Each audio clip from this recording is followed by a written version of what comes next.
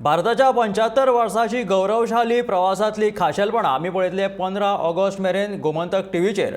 तर आतां वळयात गोमंतक टीव्हीच्या फुडल्या खबरांक। गोंय एक पर्यटन स्थळ म्हणून एका स्पर्धेत पावला आनी आतां पळोवयात पर्यटनाक एक वेगळो आकार दिवपाक कशें मेळटा तें अशें पर्यटन मंत्री रोहन खंवटेन सांगलां। कोविड काळात शेक चलोवप्यांक 2 वर्सां धंदो करपाकूच मेळूंक ना, देखून तांकां एका वर्साची थाकाय दिल्या अशें ह्या वेळार खंवटेन सांगलें।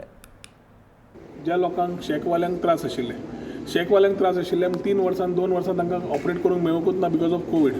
They had asked for 2 years more extension. After talking to Chief Minister, we have given them 1 more year extension.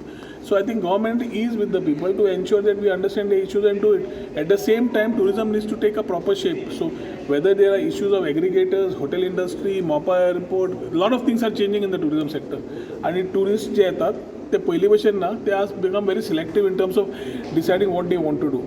And we are in a competitive stage with a very prominent states or different parts of the countries in the world who are competing and to it's not only sun, sand and sea but as a tourist destination. So I think we are working the thing out.